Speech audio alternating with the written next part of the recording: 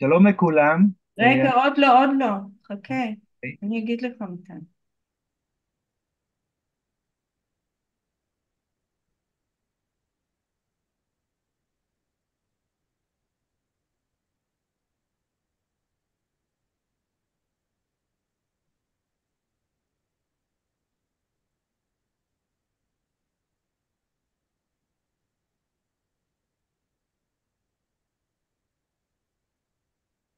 אוקיי, אתה יכול. שלום לכולם. אנחנו שמחים להיות פה בעוד אירוע של פאנל מסר מדע ותודעה, וכרגיל יש לנו מרצים נהדרים, מרתקים עם הרצאות נפלאות. אנחנו נתחיל עם אורן מניקס, שידבר על אבחון של חוש הריח שהוא חלון לנשמה, נושא מדהים מרתק. ואנחנו נמשיך עם דוקטור מירב יוגב, שתדבר על סודות המוח וריפוי, ועם אפרת רהב, שתדבר על החלמה דרך ריפוי הקונפליקט הפנימי. אז אורן מניקס, הבמה שלך, בבקשה. שלום לכולם, אני אורן מניקס, ומי שאתם רואים עכשיו על המסך זו אמא שלי, ולפני בערך 18 שנים היא פיתחה שיטה חדשנית וייחודית שנקראת שיטת התדר, וזו שיטה שמאבחנת את הטיפוס האישיותי המולד של הבן אדם באמצעות חוש הריח. עכשיו, אני מודה שכשאמא שלי פיתחה את השיטה הזאת, הדבר האחרון שרציתי זה לנסות אותה. כי לא רציתי שישימו אותי בתבניות, והכי לא רציתי שאימא שלי תשים אותי בתבניות. הייתי אז יותר צעיר, והדבר שהכי רציתי זה עצמאות. אבל איך שהיא התחילה לאבחן את כל האנשים סביבי, את אחים שלי, את אבא שלי, את סבתא שלי, התחלתי לראות שיש כאן משהו נורא נורא מדויק, ואמרתי אני גם רוצה לחוות את זה. וברגע שחוויתי את זה והובחנתי, אני הבנתי שזה בכלל לא שם אותי בתבנית, אלא זה פשוט נתן לי על מגש של כסף מילון לשפה הפנימית שאיתה אני הולך כל החיים. מאז שיטת התדר מיושמת כבר בשש מדינות בעולם, ועשרות אלפי אנשים כבר חוו אותה ונדהמו. התגובה הכי אופיינית לאנשים שעוברים את אבחון התדר שלהם, שהתדר זו המהות הפנימית המולדת שלהם, היא התגובה הבאה. מרתק השיטה, הרעיון לאבחן דרך ריחות, והערכתי אצל מיטל שהבחנה אותי, יצא לי 7/9, שזה מקסים ונהדר, וגאוני השיטה של לאבחן תכונות אופי לפי העדפות של הריח, והשתכנעתי שיש בזה חוכמה עתיקה, אני חושב שזה פורץ גבולות, זה מרתק, ועוזר לאנשים להבין את עצמם במקומות יותר עמוקים מהיגיון. אז טוב, הפתיע אותי. אז ממש אנשים בכל רחבי העולם שחווים את השיטה הזאת, זה בערך התגובה האופיינית שלהם. מה זה אומר באמצעות חוש הריח? אמא שלי, שוש מניקס, פיתחה ערכת אבחון שמורכבת מ-11 פורמולות של שמנים אתרים טבעיים במינונים מדויקים, ומה שהיא בעצם חשפה בפעם הראשונה בעולם זה שאנשים עם תדרים שונים, עם מהויות פנימיות מולדות שונות, נמשכים לריחות שונים. למה דווקא חוש הריח? חוש הריח הוכח כחוש היחידי שעוקף את הרציונל. זה גם חוש אישי, כל בן אדם מריח אחרת, ובאמצעות מדד של נעימות, אנחנו יכולים להגיע לריח שהבן אדם הכי אוהב, ולריח שהשני שהבן אדם הכי אוהב, ולקבל מפה עמוקה ומדויקת של המהות הפנימית המולדת שלו. עכשיו, כשאימא שלי פיתחה את השיטה הזאת לפני 18 שנים, היה מעט מאוד ידע מחקרי על חוש הריח. אבל עם השנים, יש מדינה אחת קטנה שהיא חלוצה עולמית בתחום חקר חוש הריח, ישראל, התחילו להתגלות תגליות מדעיות שאוששו את הנחות היסוד של שיטת התדר. אז מחקר חדש במכון ויצמן מצא כי חוש הריח שלנו הוא כמו טביעת אצבע ייחודית ואישית. מה שהם גילו זה שאנשים, הצורה שבה הקולטנים של חוש הריח באף מאורגנת, היא מאורגנת אחרת אצל כל בן אדם. הקולטנים של חוש הריח מאורגנים אחרת אצל כל בן אדם, בדומה לטביעת אצבע ייחודית. דבר נוסף שהם גילו זה שמידת הנעימות של ריחות היא הסולם הבסיסי שעל פיו מאורגנת תפיסת הריח. אז כמו שאמרתי, יש 11 תדרים שקיימים באנושות, אבל למה דווקא 11? למה דווקא 11 תדרים? אז כשאימא שלי פיתחה את השיטה הזאת, גם אח שלי וגם אני ניגשנו אליה ואמרנו לה, תשני, 11 זה לא מספר שיתפוס. עכשיו היא צחקה ואמרה, אני לא יכולה לעשות. כל השיטה הזאת הגיעה מתובנה פנימית עמוקה, שגיליתי שיש בי ולא ידעתי אפילו. אחרי 11 זה הפסיק לנבוע מתוכי. עכשיו ידעתי שאימא שלי מוזרה, אבל לא ידעתי שהיא עד כדי כך מוזרה.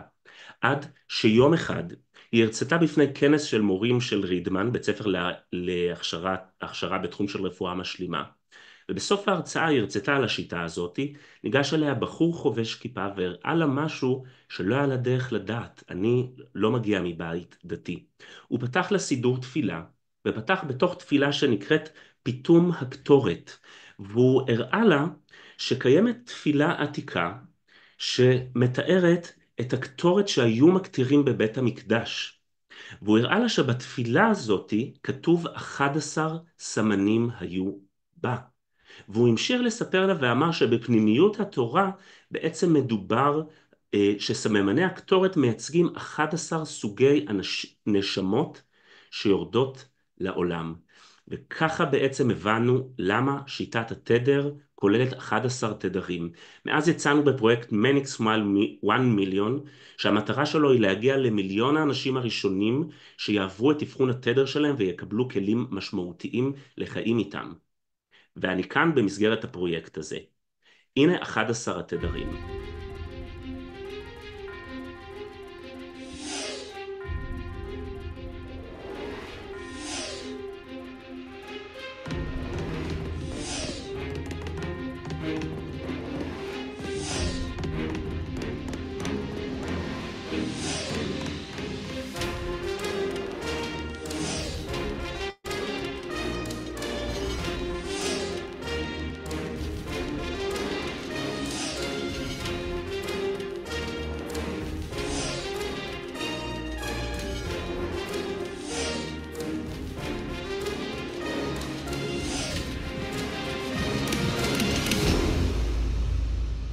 תודה על ההקשבה, ואני מקווה שאתם תהיו מהמיליון הראשונים שעוברים וחווים ומגלים את השיטה הזאת.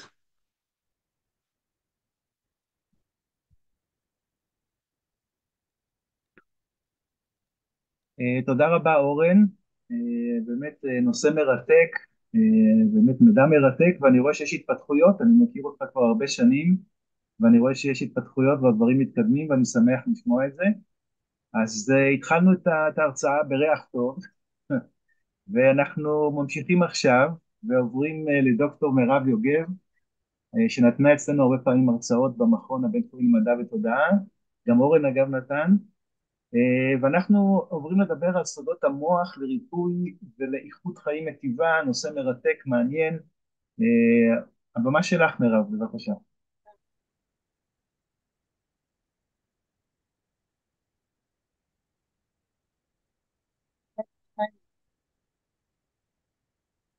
שלום לכולם, שמי דוקטור מירב יוגב ואני אתחיל בסיפור אישי. אין לך מה לעשות יותר, זאת אומרת, ככה אמר הרופא לבעלי שלמה לפני יותר מ-15 שנה, אין לנו איך לעזור לך יותר. שרופא או דמות סמכותית אומרת לאדם חולה אונקולוגי, אין לך מה לעשות, אין לנו מה לעזור לך יותר, מבחינת המוח שלנו זה משהו שהוא מאוד סוגר, ואפילו יכול להיות כמו גזר דין מוות.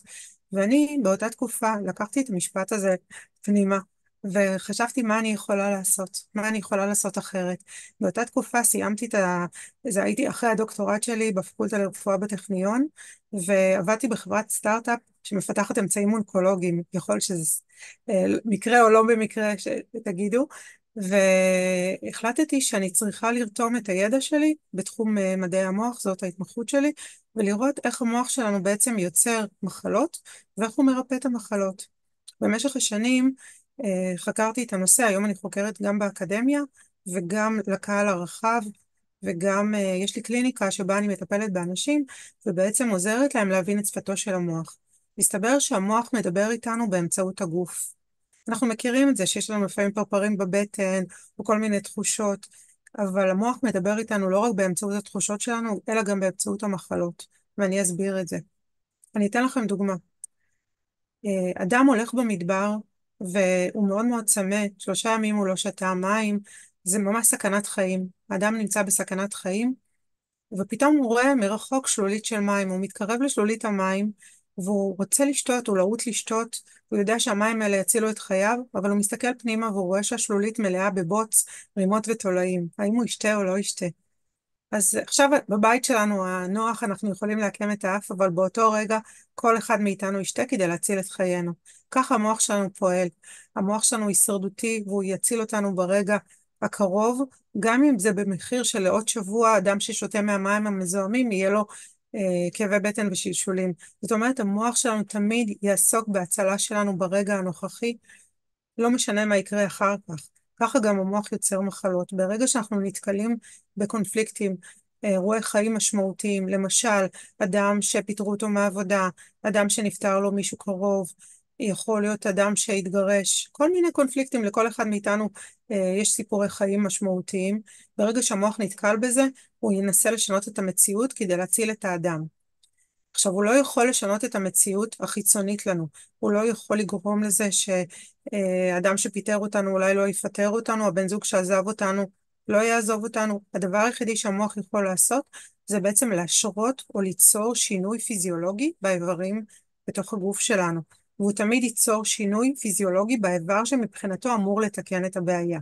למשל, אישה שיש לה איבדה אובדן של ילד, לעתים קרובות תפתח סרטן שד, כי מבחינת המוח סרטן שד זה יצירה של צינורות חלב, הדוקטים, צינורות החלב. זה כמובן לא מחשבה מודעת, זה אזורים התת-מודעים במוח, שהם בעצם יוצרים את הסרטן, מתוך מחשבה שיהיה לי יותר צינורות חלב, יהיה לי חלב, אני אוכל להזין ולהעניק לילד שלי, ובכך בעצם להציל אותו. במציאות יכול להיות שהילד כמובן לא ינצל, אבל ככה המוח שלנו פועל, הוא מנסה למצוא פתרון בתוך הגוף שלנו, למצוא פתרון בתוך הסביבה הביולוגית שלו, כי הגוף שלנו זה בעצם השדה הביולוגי של המוח, וכך הוא פועל. יש המון דוגמאות, מפאת הזמן אני לא אתן את כל הדוגמאות בתוך הגוף שלנו. מה שחשוב לי כן להגיד לכם שהכל זה עניין של פרשנות. אני לא רוצה שתצאו מפה מתוך תחושה שכל פעם שקורה לכם קונפליקט משמעותי בחיים, כי לכל אחד מאיתנו יש אירועי חיים משמעותיים, במיוחד גם בתקופה הזו שהיא מתוחה. הכל זה עניין של פרשנות. זאת אומרת, למשל, לדוגמה, אם מפטרים אדם מעבודתו, אז אדם אחד יכול לפרש את זה, עכשיו ביתי נחרב עליי, ואין לי כסף לפרנס את הילדים שלי, ולקחת את זה בצורה כזו של קונפליקט משמעותי, של חורבן בית. המוח ישרה סביר להניח מחלה במערכת הקרדיו-וסקולרית, המערכת של לב וכלי דם, כי מבחינת המוח הלב הוא זה שאמור לפתור את הבעיות שקשורות לבית. עכשיו, יכול שאותו בן אדם יפרש את זה בצורה אחרת, ויגיד, פיטרו אותי מעבודתי, זו הזדמנות להתחיל התחלות חדשות, אולי למצוא לי הזדמנות חדשה, הבן אדם ירגיש הרבה יותר טוב. זאת אומרת, כל אירוע חיים משמעותי אנחנו יכולים ללמוד גם את שפתו של המוח, מה המוח אומר לנו, וגם אונליין, ברגע האמת, לפרש את זה בצורה כזו שתטיב איתנו ותקדם אותנו. אז זה מה שאני עושה בעצם בקליניקה שלי, אני עוזרת לאנשים להבין את שפתו של המוח, איך אנחנו יכולים להירפא ממחלות, איך אנחנו יכולים שהמחלות שלנו לא ישנו ויחזרו על עצמם. זה יכול להיות מנזלת ועד סרטן, כל מחלה ומחלה, היום אנחנו יודעים מהם הקונפליקטים המשמעותיים שבעצם מובילים אליה, והיפה מזה שאנחנו יכולים גם ללמוד איך לשנות את החשיבה שלנו בצורה כזו, שגם קונפליקטים משמעותיים שאנחנו עוברים בחיים וכולנו עוברים, ישפיעו עלינו פחות ופחות, ואנחנו נשאר באורח חיים בריא ונשמור על הבריאות שלנו ועל אורח החיים שלנו. אז תודה רבה, אני דוקטור מירב יוגב. תודה. תודה רבה מירב, מרתק, מדהים מה המוח שלנו יכול לעשות, לרפא דברים, בעצם גם לגרום למחלות. אנחנו נחזור אלייך בשלב השאלות, ואנחנו עוברים עכשיו לאפרת רהב, אני מכיר אותה כבר כמה שנים, והיא מדברת מקסים, והיא תדבר לנו על החלמה דרך ריפוי הקונפליקט הפנימי, אז זה גם קשור לנושא הקודם, ואפרת, הבמה שלך, בהצלחה. תודה רבה. תודה. אז אני אתחיל לדבר בעצם על החלמה, דרך מושג שנקרא פרדוקס פסיכודיאלקטי. בעצם נתחיל מלהבין מה זה פסיכודיאלקטי. פסיכו זה מנטלי, נפשי, ודיאלקטי זה משהו שהוא מנוגד, זה קונפליקט פנימי, זה דואליות שיש בתוכי. אז בעצם כולנו רוצים כל הזמן לשנות ולשפר את החיים שלנו, ואז אנחנו כל הזמן מחפשים איך אנחנו יכולים לשפר את החיים, אולי לשנות מקום עבודה, אולי ללכת לטיפול, אולי לקחת סדנאות, אולי ללמוד משהו, אולי לעשות קורסים, ואז אנחנו עושים המון דברים שהם כביכול חיצוניים, וכל כמה זמן אנחנו ככה מתלהבים ועפים על עצמנו, ובסופו של דבר אנחנו הרבה פעמים מוצאים את עצמנו חוזרים לנקודת ההתחלה ונמצאים באותו קושי שהוא לא ממש משנה, הוא לפעמים משנה את הצורה אבל המהות שלו לא משתנה, מין לופים שכאלה. אז בעצם מה קורה בתוכנו? כל אתגר שיש לנו בחיים הוא מסמן שיש לנו קונפליקט פנימי, שיש דואליות בתוכנו. מה זה דואליות? זה אומר שיש בתוכי סתירה פנימית, שיש לי כוחות מנוגדים, שיש בי חלקים שרוצים ללכת קדימה ויש בי חלקים שעוד מושכים אותי ללכת אחורה. עכשיו בואו ננסה להבין את הדברים דרך כמה יסודות שיש בתוכנו. אז קודם כל אני תמיד יוצאת מתוך נקודת הנחה שאני יוצרת את כל מציאות חיי. אוקיי? כולנו, כל אחד יוצר את כל מציאות חייו. עכשיו ליצור מציאות היא לא תמיד מתוך בחירה, לפעמים אפילו זה מחוסר בחירה. זה אומר שהתת המודע שלי ששולט 95% מהיום בחיים שלי, שנבנה כשהייתי ילדה קטנה ועוד לא היו לי כלים, בתוכו יש המון דפוסים שמנהלים את היום שלי ומן הסתם גם את התוצאות שלי. אז המנגנון הזה הוא מפעיל אותי, הוא מוביל אותי שוב ושוב לאותם דברים. עכשיו מאחורי כל אתגר שיש לי, שזה הדואליות, הקונפליקט הפנימי, יש גם מנגנון מוטיבציה שמחזק ומשאיר אותי במקום שאני נמצאת בו עכשיו. אני אתן לזה דוגמאות. אם למשל אני רוצה זוגיות, אבל מצד שני אני אומרת אבל אני מאוד אוהבת את הזמן שלי לעצמי, חשוב לי לא להתחלק יותר מדי במקום שלי, לא בא לי לעבור דירה, אז לפעמים דווקא הדברים שאני לא רוצה שיקרו ימנעו ממני מלהשיג זוגיות. או אם למשל אני רוצה, החיים שלי הם כל כך מאתגרים ואני אומרת אוף, איך בא לי כבר להיות נינוחה, להגיע למקום טוב, אבל מצד שני אני אומרת מה, בלי אתגרים החיים שלי כאילו הם משעממים, לא מעניין אותי, ואז אני ממשיכה לייצר אתגרים בחיים שלי. או אם למשל אני כל כך רוצה שפע וכסף ושיהיה לי רווחה, אבל מצד שני אני תופסת אנשים שיש להם שפע כמשהו שלילי, כאנשים שאולי אחר כך הם נהיים פחות נעימים, אולי מאבדים את החמלה, או אולי אפילו ינצלו אותם, יראו בהם רק ארנק וכסף. אז זה גם כן משהו שיכול להפריע לי מלהשיג את התוצאות שלי. אז בעצם איך אנחנו יוצרים בכל זאת שינוי? כי אמרנו שיש לנו מנגנון שרוצה לקדם אותנו, ויש לנו גם מנגנון שמחזיק אותנו במה שקיים כרגע. כל העניין הוא שאנחנו צריכים להתחיל מלהיות מודעים לסתירות הפנימיות. מה מחזיק סתירה פנימית? המנגנון המוטיבציה. זאת אומרת שתמיד כל מצב שנמצא כרגע בחיים שלי, גם אם אני כביכול במודע לא ממש עפה עליו, עדיין יש לי רווח ממנו. ועד שאני לא אבין מה הרווח הזה שיש לי ממנו, הוא ימשיך להיות שם. אז מה בכל זאת אנחנו כן עושים? ברגע שאני מזהה את הרווחים, אני יכולה להגיד, אוקיי, אז נאמר, אני מפחדת שיהיה לי בן זוג, כי יש לי ילדים, ואולי הם לא יאהבו אותו, ויהיה לי קונפליקט איתם, אז אני אנסה לתת לזה מענה, ואני אגיד, אוקיי, אני סומכת על עצמי, יש לי מספיק ניסיון עם הילדים שלי, למדנו לפתור קונפליקטים, אני נותנת מענה, אני ממש עושה רשימה לכל הדברים, הרווחים והדברים שמפחידים אותי מהמצב החדש, אני מתחילה לתת להם מענה, ולאט לאט המקום בתוכי מתחיל להירגע, אני עושה שלום בין הכוחות שרוצים לקדם אותי לבין הכוחות שמושכים אותי אחורה למצב שהוא כרגע נמצא.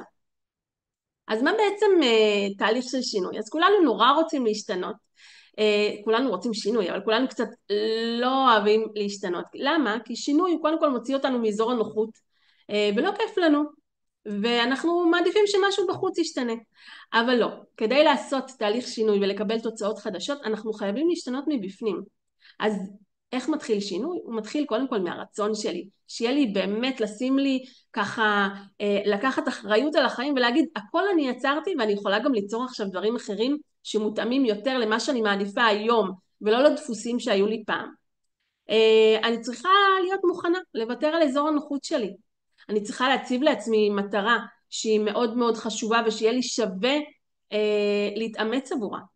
אני רוצה שבעצם אשתחרר מכל הפחדים מהדבר החדש שיהיה פה, ואני רוצה להכין תוכנית פעולה שתגיד לי אוקיי, אני לא רק ברמת התודעה יכולה לעשות דברים, אני צריכה גם ברמה הפרקטית לבדוק מה אני צריכה לשנות בעצמי, איזה דפוס חדש אני צריכה להבנות בתוכי, ואני כמובן צריכה להתמיד בדרך, כי רק כשאנחנו נחושים אנחנו מגיעים, אבל הכי חשוב זה פשוט ליהנות מהדרך, להיות בתהליך אבל ליהנות מכל רגע, ואת זה אני פשוט מלמדת את כל הלקוחות שלי שמגיעים, תהליכים קצרים מעמיקים שאנחנו משיגים את המטרות שחשובות לנו.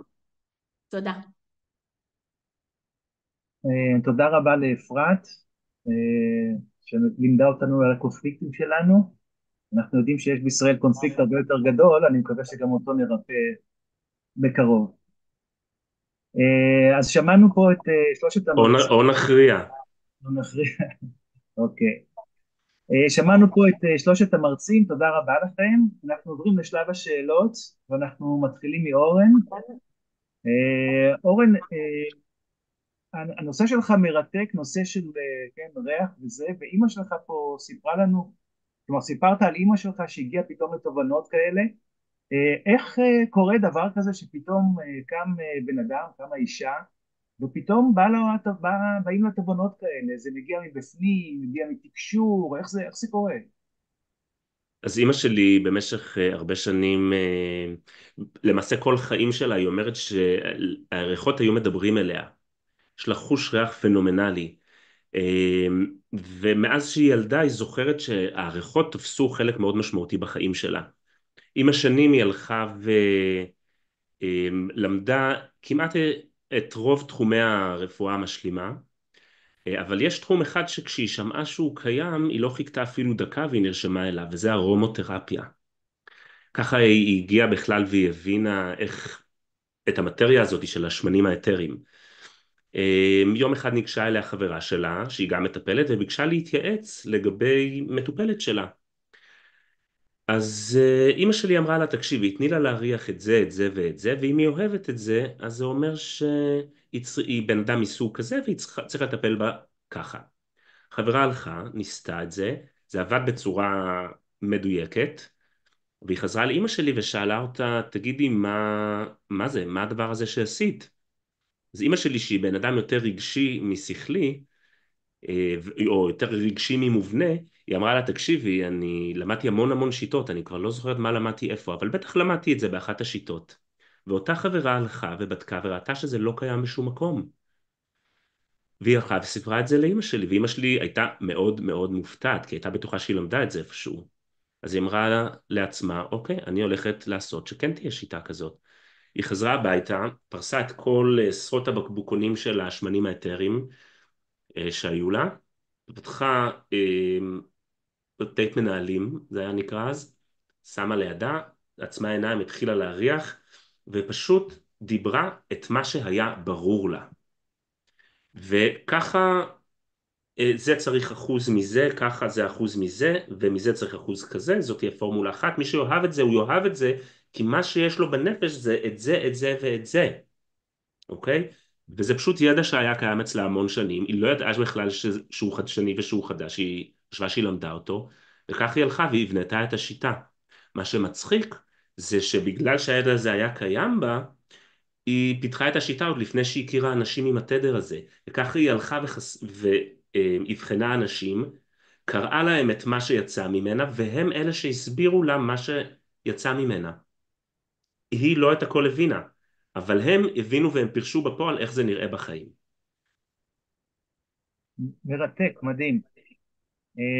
אז אני מבין בעצם שזה כלי כמובן גם לריפוי ולהתפתחות. מה עוד אפשר לעשות עם זה? מה החזון של זה? כלומר, האם אפשר למשל לשדך אנשים לפי עריכות? האם אפשר להגיד לבן אדם, המקצוע הזה מתאים לך או זה לא? האם אפשר להגיד בכיוון ההפוך, שאנשים יקבלו אנשים לעבודה בצורה כזאת?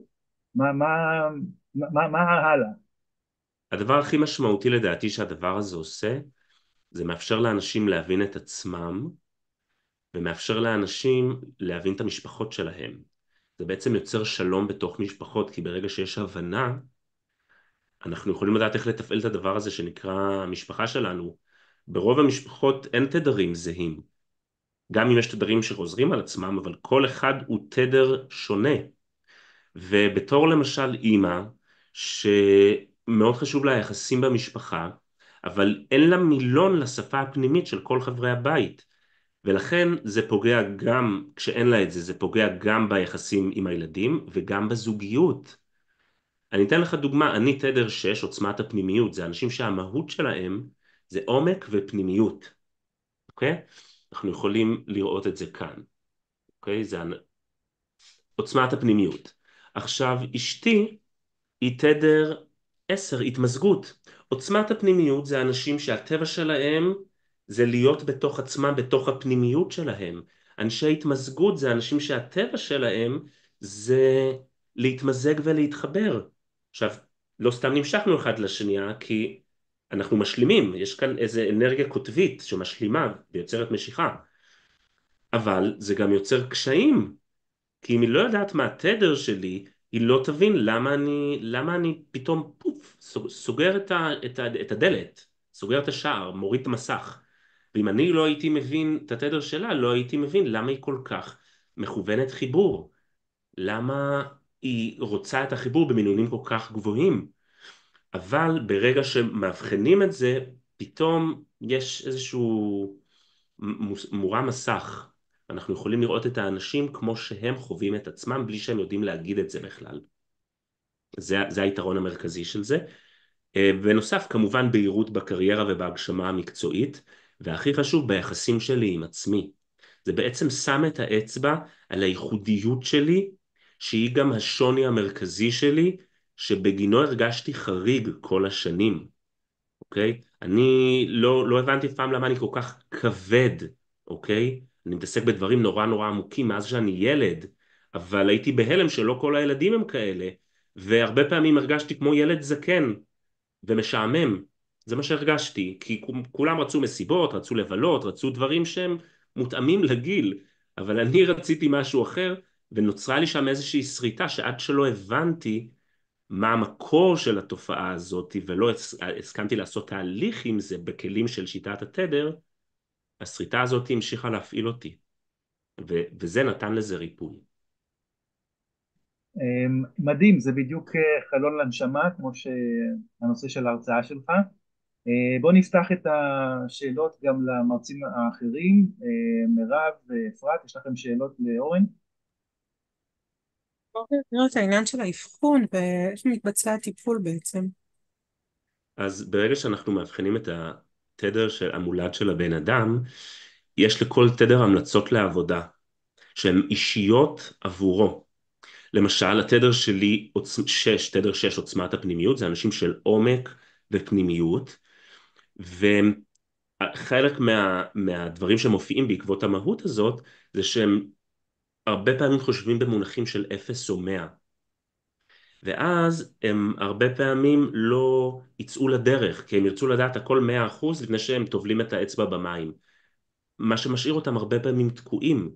אז אחת מההמלצות לעבודה עבור התדר הספציפי הזה, זו בעצם שיטת אימון שמתאימה את עצמה לכל תדר. זה להתקדם תוך כדי תנועה. ללמוד תוך כדי תנועה, ולא ללמוד הכל הכל הכל הכל הכל ורק אז לעשות, כי אחרת הם יישארו תקועים לעד. זה דוגמה אחת קטנה. יש לנו שיטת אימון שאחרי שאנחנו בעצם מאבחנים את התדר של הבן אדם, אנחנו ממשיכים את התהליך הזה. אצלנו זה קורה בסמינר התדר, זה יכול לקרות גם באימון אישי, אצלנו זה קורה בסמינר התדר, ששם אחרי שבן אדם עובר את האבחון, אנחנו נותנים לו כלים במשך יומיים וחצי, יומיים וערב, איך לעבוד עם האנטומיה של הרגשות, כדי להוציא את המיטב מהתדר שלי. כי כשאני לא יודע לעבוד עם התדר שלי בא לרעתי, הוא נוכח לי לרועץ, בעצם הוא נמצא לי לרועץ, אבל כשאני יודע, הוא לוקח אותי למעלה. ולכן זה לא מספיק רק לחשוף את התדר, צריך גם לבוא ולרכוש כלים. מניסיון שלי, מי שרק עובר את אבחון התדר, כעבור שבועיים הוא בכלל לא זוכר אפילו מה יבחנו לו. ולכן, כדי שזה יהיה משהו משנה חיים ומשמעותי, יצרנו משהו שמאפשר גם להבחן את התדר, וגם לקבל כלים שיאפשרו שיפור במערכות היחסים ובהגשמה המקצועית. אני רוצה לשאול, האם אתם רק עושים את הטיפול, או שאתם גם מעבירים את הידע כדי שגם אחרים יוכלו ללמוד את השיטה הזו?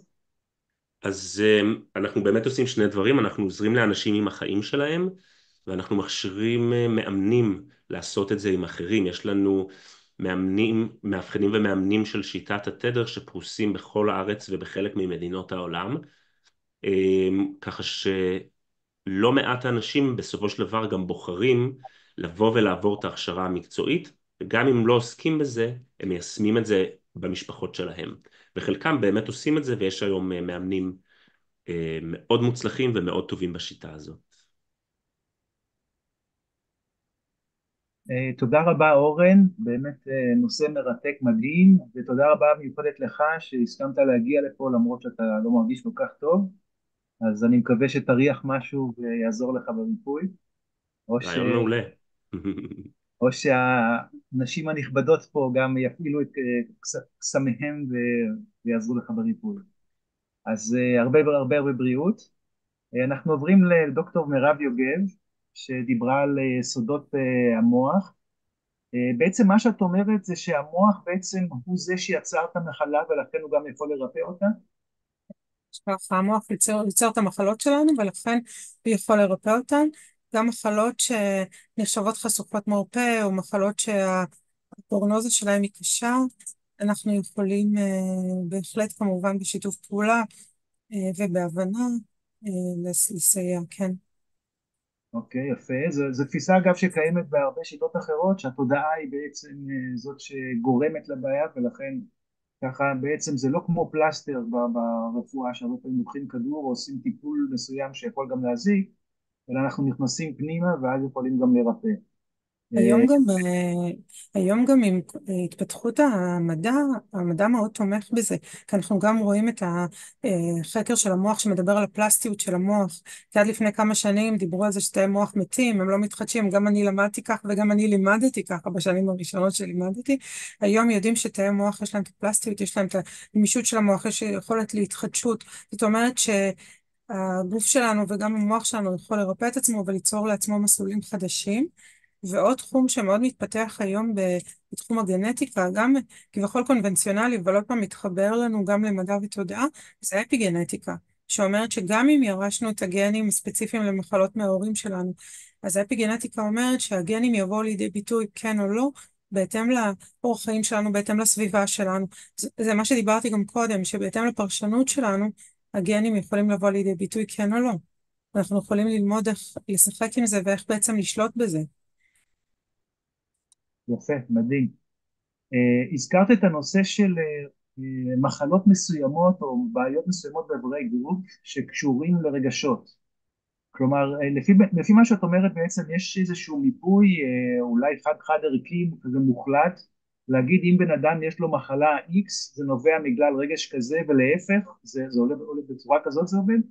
זה לא רגש, זה יותר אירועי חיים וקונפליקטים. כשבן אדם מגיע אליי פעם ראשונה לקליניקה, אז אני בעצם נותנת לו שאלון של אירועי חיים משמעותיים, ובעזרת אירועי חיים משמעותיים אפשר ליצור בעצם את הקשר ולראות את הקשר למחלה שלו, אבל זה גם הפוך, כשאני שומעת מחלות של אנשים, אז אני בתוכי יודעת כבר להגיד מהם הקונפליקטים שלהם, למרות שזה לא משהו שאני אעשה ואחשוף ויגיד לבן אדם, אלה הקונפליקטים שלך, כי זה עבודה משותפת, ומאוד מאוד חשוב שהבן אדם יבין את הקונפליקטים שלו בעצמו, ויפול לו מה שנקרא האסימון, כי ברגע שנופל האסימון גם מתחיל תהליך של ריפוי, כי ברגע שהמוח שלנו מבין את ההקשר ולמה המוח יצר דווקא את המחלה הספציפית, אז הוא מתחיל ליצור תהליכים של ריפוי. זה עבודה שהיא חייבת להיות משותפת, ואנחנו לא אלה נתרגם כביכול את שפת המוח לאותו אדם, אלא נעזור לו ללמוד אותה ולהבין אותה, כדי שהוא בעצמו יוכל לעשות את ההקשרים, שזה עובד הרבה יותר טוב. יפה מאוד. את יכולה לספר לנו על איזה מקרה איזוטרי, את יודעת, משהו, סיפור כזה מעניין, מרתק, שקרה לך במהלך השנים שאת מרפאה? יש המון המון סיפורים. אחד לכל מחלה יש את הסיבות שלה, ועולה לי סיפור של סבתא שלי דווקא. זה מה שעולה לי מכל הסיפורים. סבתא שלי היא ניצולת שואה, היא הייתה באושוויץ, היא הייתה מאלה שהוכנסו לתאי הגזים, והתאים היו מקולקלים. אנחנו מכירים את הסיפור הזה שהיו עוד אנשים שחשבו שהם הולכים למותם, והיה שם איזה בעיה, קלקול, אנשים בעצם ניצלו כתוצאה מזה שהתאי גזים היו מקולקלים. בגיל יותר מאוחר פיתחה COPD, שזה מחלה חסימתית של הריאות. וברגע שעשינו את הכישורים, זה מאוד מאוד הקל עליה. למה דווקא ריאות? ריאות מייצגות מבחינת המוח פחד מוות. כל מיני אירועים של ריאות קשורים לפחד מוות. אני יכולה לספר לכם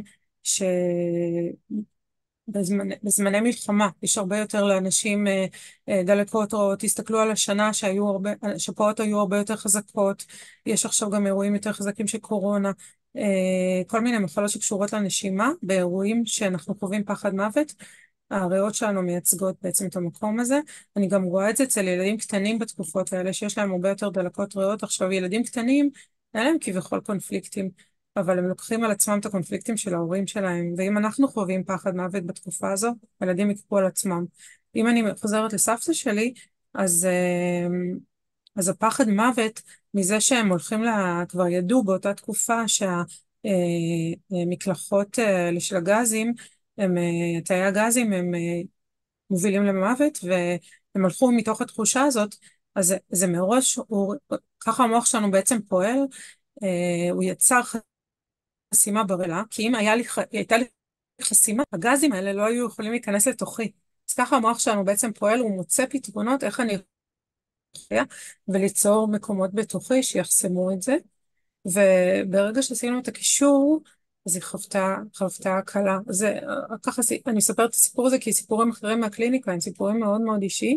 כן, אני יכולה להגיד שאנשים עם סרטנים של גרייד 4, שזה נחשב חשוף מרפא, יש אנשים שהבינו את הקונפליקטים שלהם ועושים עבודה משותפת, והיא תמיד דורשת גם עבודה עצמית בבית, כדי להבין, ומשפטים לתת מודע שאני כותבת ומתאימה לאנשים. יש אנשים שאני יכולה להעיד שהם אנשים בריאים היום. זאת אומרת, אני רואה את זה גם עם טרשת, שטרשת נסוגה, מחלות שהן נחשבות באמת, סיפור שככה בלי להגיד שמות, שהיה מאוד מאוד מרגש, בחורה שהגיעה אליי עם טרשת, שהתפרצה בהיריון, ושהבנו את הקונפליקט שקשור להיותה עוברית בבטן אימה,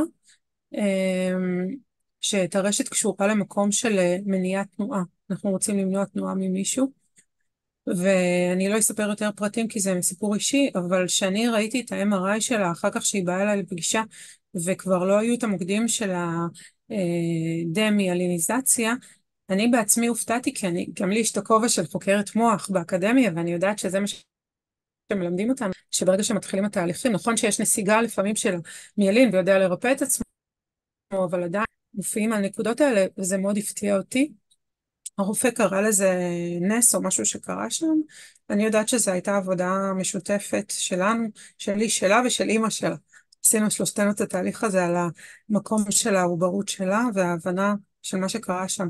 אז בעצם אני רואה בתפקיד שלי להיות מאפשרת. זה לא להוביל את האנשים לפתרון, אלא ללמד אותם את השפה ולאפשר להם להבין מה המוח שלהם אומר להם בעצמו, וככה בעצם להבין אותו יותר. נפלא. זה אומר בעצם שאת נותנת לאנשים טלפון, הם יכולים להתקשר למוח ולדבר איתו ולהירפא כן, מזה. המוח שלנו תמיד שם למעננו, ואתה יודע שגם אנשים לפעמים אומרים, אתה שומע מאנשים חולים, למה אני חולה ולמה זה קרה לי.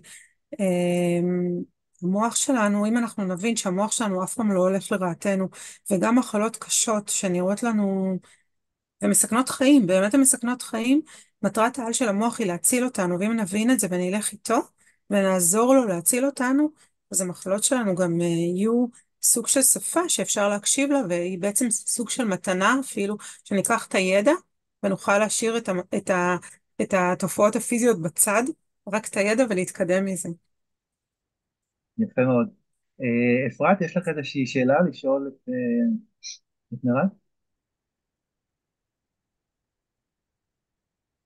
אני לא שומעת, ציפרת את במיוט. רציתי לשאול אם חוץ מבעצם החיבור הנהדר שאת עושה בין האירוע שהיה, לרגש שעלה, להשפעה שלו הפיזית, אתם משתמשים בעוד כלים, אולי השלמת תזונה, אולי שינוי אורח חיים, או שאתם ככה, את ממוקדת בתודעה בלבד? אני תומכת באורח חיים בריא, וכמובן גם אני אוכלת אוכל בריא ועושה ספורט, ואני גם תומכת בזה, אבל אני כן חושבת ויודעת ורואה גם במטופלים שלי, שיכול להיות שבן אדם יאכל אוכל בריא ויעשה ספורט, אבל המחשבה שלו תהיה רעילה, המחשבה שלו תהיה כל הזמן מופנית כנגדו, שום אוכל בריא לא יעזור. אבל כן, מה שאני כן רואה, אם שני אנשים יחוו את אותו קונפליקט, נגיד פחד מוות, יכול להיות שאותו בן אדם שיאכל אוכל בריא, יפתח רק דלקת ריאות, והבן אדם שלא יפתח, יאכל אוכל בריא, אולי יפתח סרטן הריאות. זאת אומרת, כן, המנעד הזה של האוכל הבריא והחשיבה והתזונה שלנו והספורט, יכולים לשנות את המנעד של הרזולוציה שהמוח ייקח את המחלה, ואנחנו יכולים להקל, וזה כן חשוב, אבל עדיין מה שחשוב בעיניי זה התודעה קודם כל. אבל עוד פעם, נפש בריאה בגוף בריא, ואם היא תודעה חיובית שתומכת בי, אז מן הסתם אני גם אבחר אוכל שתומך בי, אז זה הולך ביחד. תודה על השאלה. יפה מאוד, זה באמת גישה הוליסטית נכונה. אומנם נגמר לנו הזמן, אבל אני מרגיש צורך לשאול עוד שאלה אחת, אז אם תוכלי לענות לי ממש בקצרה. בשמחה. יש איזה משהו שתוכלי להציע, איזה שהן עצות קטנות לקהל, שבמיוחד בתקופה הזאת יותר לחוץ, יותר כואב, יותר... אנחנו מכירים את המצב היום, אז יש איזה משהו, עצה אחת או שניים שתוכלי לתת להם? זה נשמע ככה טריוויאלי, הכרת תודה. כשאנחנו בהכרת תודה, וזה נשמע אמירה רוחנית כזאת, אבל כשעושים MRI למוח של אדם מכיר תודה, אנחנו ממש רואים שיש אזורים שמשתדרגים, וזה סוג של ספורט למוח, סוג של אימון למוח, ואזורים שקשורים לתקשורת בין אישית ותוך אישית, משתנים במוח שלנו כשאנחנו בהכרת תודה.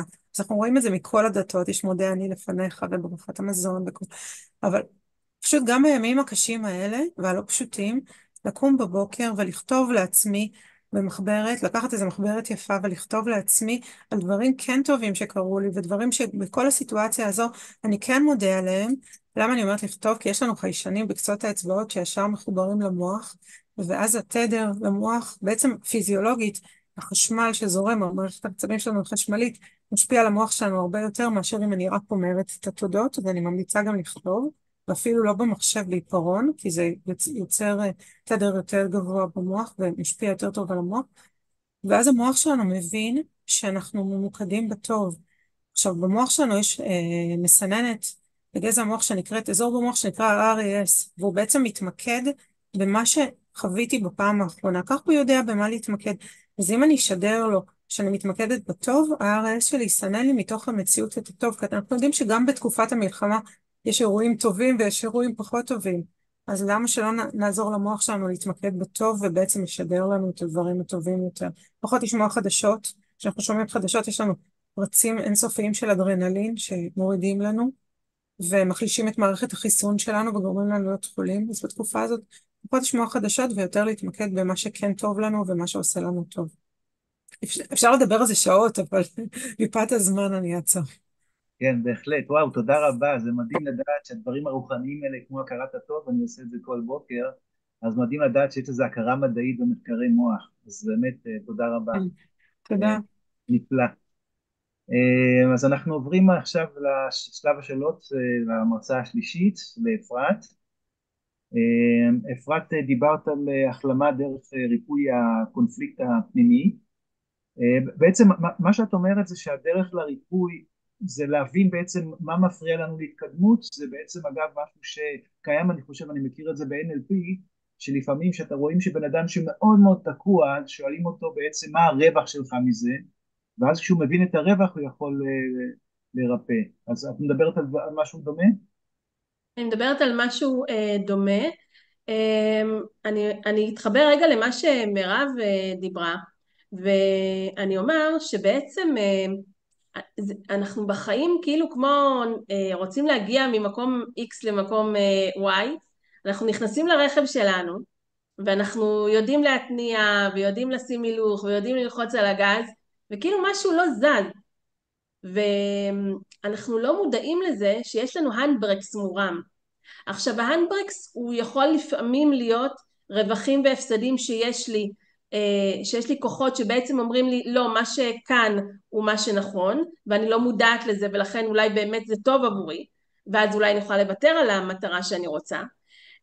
אבל לפעמים גם האנדברקסים יהיו כמו שמירב אמרה, אירועי ילדות שהיו לי, החלטות שקיבלתי כשהייתי ילדה ולא היו לי כלים והייתי מפוחדת, והחלטתי שסתם לדוגמה אני לא רוצה להיות יותר עם בנים כי בנים הציקו לי, ואז זה יכול לעשות לי קושי במציאת זוגיות כשאני כבר בוגרת וכן בשלה וכן יכולה, ומשהו שם בהחלטה ההיא שקיבלתי שהייתי ילדה יעשה לי בעצם הפרדה מהמטרה שלי. אז כשאנחנו רוצים ליצור מציאות ואנחנו לא מצליחים, אנחנו צריכים לדעת שתמיד יש חלק בתוכנו שמשמר ולא מאפשר לנו. אז אנחנו צריכים פשוט לעשות תהליך ברור. הרבה פעמים מתהליך הברור אני מזהה שיש לאנשים אמונות שמגבילות אותם ולא מאפשרות להם להגיע לזה. אמונות זה יכול להיות על עצמם, אני לא מספיק טובה, אני אכשל בזה, אם זה על העולם, אי אפשר להשיג את הדברים האלה, אם אחרים לא הצליחו אז גם אני לא אצליח, כל מיני אמונות כאלה סוגרות. לפעמים זה הערך העצמי שלנו יהיה זה שבולם אותנו מלהשיג דברים, כי אם הדימוי העצמי שלי זה לוזרית, לא מספיק טובה, כל מקום שאני נוגעת בו אני לא מצליחה להשיג, כי הייתה לי מורה שאמרה שאני לא אגיע לאף מקום וההורים שלי האמינו לה והילדים סביבי האמינו לה, בסוף גם אני מתחילה להאמין לה. אז ככה זה קורה. אז באמת העניין הוא שתמיד יש בתוכנו משהו שעוצר אותנו, וכל העניין הוא לדעת לעשות את האבחון המעמיק הזה ולמצוא בדיוק את הנקודות האלה, את הנקודות חולשה. הרבה פעמים אני אומרת שאני גם אתייחס רגע למה שמירב אמרה, ככה זה אנחנו משלימות אחת את השנייה אני מרגישה. אז לפעמים אירועים שהדחקנו בילדות שלנו, הם בעצם ככה לא היה לנו כלים אז להתמודד איתם, והדחקנו אותם והם נשארו שם. וכשהתודעה שלנו מרגישה שאנחנו מספיק בשלים להתחיל להתמודד ולפרק את זה, כי אי אפשר להשאיר דברים ככה בסתר, אז פתאום משהו מתפרץ לנו, זה יכול להיות באמת בצורת מחלה, זה יכול להיות דיכאון, זה יכול להיות כל דבר שבעצם לוקח אותי ושם אותי עוד פעם את הספוט ההוא שלא טופל והוא חייב להיות מטופל, אני צריכה להביא אותו לאיזון, אז הוא עכשיו עוד פעם בספוט. רק כשאדם פתאום החיים יכולים להיות לו כאילו יפים, הוא חושב שהוא זהו, עברתי את זה, השלמתי עם זה, עברתי הלאה, אז לא. לפעמים אנחנו לא באמת עברנו הלאה, אנחנו כן הדחקנו, הצלחנו לעבור לפעמים 40 שנה, 50 שנה, תלוי, פתאום יש איזה טריגר שגורם לנו לחזור על זה בחזרה עוד פעם, וזה הזמן שאנחנו צריכים לעבוד עליו, לא להיבהל מזה. וכמו שאני אומרת, אנחנו לא רק יוצרים את המציאות שלנו, כל דבר שאנחנו מייצרים הוא תמיד לטובה, גם אם באותו רגע אני לא מצליחה לראות מה הטוב שבזה, אנחנו תמיד לאט לאט מפרקים את זה ורואים שהכל בסופו של דבר הוא היה לטובה, הוא בא לפתח אותי, הוא בא לקדם אותי, הוא בא להעביר אותי לדרגה הבאה שלי. יפה, יפה, באמת מרשים. אם אני מבין נכון, את באמת את אומרת שצריך להפסיק את הקונפליקט, זאת אומרת בעצם שצריך להפסיק לריב עם עצמי, ואז פשוט לאהוב את עצמי, לחבק את עצמי, האהבה עצמית זה הדבר העיקרי כריפוי. לגמרי, אבל אני גם אגיד שאנחנו צריכים לכבד את כל הקולות שבתוכנו. זאת אומרת, גם הקולות האלה שמחזיקים אותי כביכול אחורה ולא מאפשרים לי להשיג מטרה, יש שם צורך שהוא מאוד מאוד חשוב באמת, הוא חשוב לי, הוא שלי. אם אני לא רוצה לעבור לזוגיות חדשה, כי אני מפחדת שהילדים שלי לא יאהבו את הבן זוג שלי, ובגלל זה יהיה לי קונפליקטים וידחו אותו וכאלה, יש שם צורך מאוד מאוד חשוב. אני צריכה לתת לו מענה, זה לא רק להיות עם עצמי, לאהוב את עצמי, זה יש שם צורך, שאני פשוט צריכה לתת לו את המענה המותאם, שמתאים לו, אוקיי? אז גם הקונפליקטים שכביכול לוקחים אותי אחורה ולא מאפשרים לי להתקדם, הם מאוד חשובים לחיים שלי.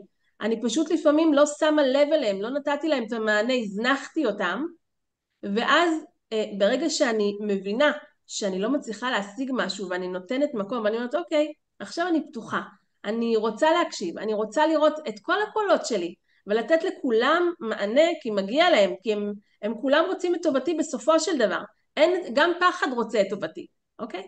אז אני צריכה לאפשר להם, וכשאני מעלה, כשאני מציפה ואני ממש עושה מפת התמצאות אישית כזו לכל אחד, ואנחנו מתחילים לראות את כל הפחדים, את כל האמונות, את כל הדימוי העצמי, כל הדברים האלה, ברגע שאנחנו מתחילים לראות אותם, הם כבר שמנו אותם, מה שנקרא, העלינו אותם מתת המודע למודע, שמנו אותם באור, כבר שם מתחיל תהליך הריפוי. אבל הרבה פעמים זה לא מספיק ששמתי אותם באור, אני צריכה לעשות שם תהליך התמרה. התמרה זה אומר שלכל פחד אני מתחילה לעשות מולו עבודה. אוקיי? תלוי איזה פחד. אבל אנחנו לא משאירים את הפחד ככה. זה שמצאתי אותו, אני לא משאירה אותו יתום. כאילו, הוא עדיין מבקש שאני אתמיר אותו, שאני אטבוך בו, שאני אעטוף אותו, שאני אתן לו אומץ להשתחרר מעצמו. אוקיי? אז מול כל דבר כזה, שאנחנו מעלים מתת המודע למודע, אנחנו עושים מולו עבודת התמרה, אם זה הדימוי העצמי שלי, אם זה אמונות שבולמות אותי. אז לא מספיק שאני מציפה אותם, אני לכל דבר כזה אנחנו ממש עוברים, ואנחנו עושים תהליך של התמרה, עד שעניין של לפעמים חודשיים בממוצע, ואדם, אני אחר כך עוברת איתו על כל הדברים, הוא כאילו כבר זה לא מחובר אליו, כאילו מרגיש, מה זה אני אמרתי? אני אומרת כן, הכל כתוב, הכל זה אתה אמרת, ופתאום הם כבר לא מרגישים מחוברים, לא לפחדים שהיו להם, לא לדימוי העצמי הנמוך, אנחנו ביחד מייצרים דפוסים חדשים, זאת אומרת אם היה לי דפוס שהוא לא הייתי ביתי, אבל למדתי אותו מהסביבה, מהבית,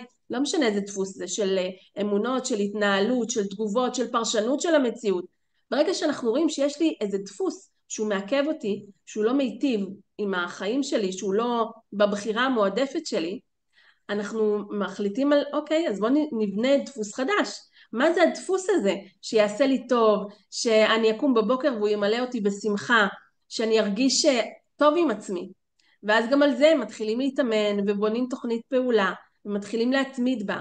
ואז הדפוס ההוא שלקח אותי אחורה, הוא לאט לאט החוטים שלו, גם במוח, הם מתחילים להתפרק, והדפוס החדש שאני מתחילה להתאמן עליו ולהפוך אותו לאוטומט החדש שלי, הוא יישב בסוף בתת המודע, במקום זה הישן שהיה כשהייתי ילדה ולא ידעתי להתמודד, הדפוס החדש תופס את המקום שלו, והוא הופך להיות הדבר המרכזי, זה שמוביל אותי, ואז זה כבר לא, אני לא צריכה להתאמץ מדי, הוא כבר יהפוך להיות אוטומט, הוא חלק מהחיים שלי. והמטרה היא באמת כל הזמן לתפור לעצמנו עוד ועוד דפוסים שיהיו מיטיבים, והם יהיו האוטומט ביום יום שלנו. זאת אומרת שרוב היום שלי יהיו דפוסים שהיום כשאני גדולה ומבינה ומודעת ויכולה, שהדפוסים האלה ינהלו את החיים שלי, ולא הדפוסים ההם שהרגשתי מפוחדת כילדה, חלשה, שלא ידעתי להתמודד, שלא היה לי עדיין כלים. אז אנחנו פשוט כמו יוצרים גרסה חדשה מתוך בחירה מודעת של מי שאני, האדם שאני היום, ולא מי שהייתי פעם. תודה רבה, יפה, אני בטוח שאת עושה עבודה נהדרת בקליניקה. אנחנו קרובים לסוף, אולי שאלה ממש קצרה ותשובה קצרה ממירב. לא, סקרן אותי מה שדיברת על התמרה של הפחדים, האם זה שיטות אנרגטיות או שיטות יותר של שיחות או משלבת או... העבודה היא גם תודעתית והיא גם משימתית, ככה אני מאמינה בעיקר שאנחנו צריכים לשחרר את הפחדים שלנו. אנחנו עושים את זה בתהליך הדרגתי, חשיפה ככה שהיא מותאמת כל פעם ליכולות ולרגשיות שלנו בעיקר, אבל זה ממש לפעמים תוך חודש פחדים שהיו שם 20 שנה פשוט משתחררים להם. מאוד מאוד תהליכים מדהימים קורים. טוב, תודה רבה לכולכם, תודה רבה תודה. לאורן ולמירב ולאפרת, אני מאחל לאורן החלמה מהירה. תודה רבה למי שמאחורי הקלעים, ליעל ולרחל, ואנחנו מקווים מאוד שנשמע בשורות טובות לגבי החטופים, מקווה שסוף סוף יחזרו כולם, ואנחנו נחזור לתוכנית הבאה בעוד כחודש, של התוכנית של פאנל מסר מדע ותודעה. שוב תודה רבה לכולכם ולהתראות. תודה לכם על הפורמט הנהדר.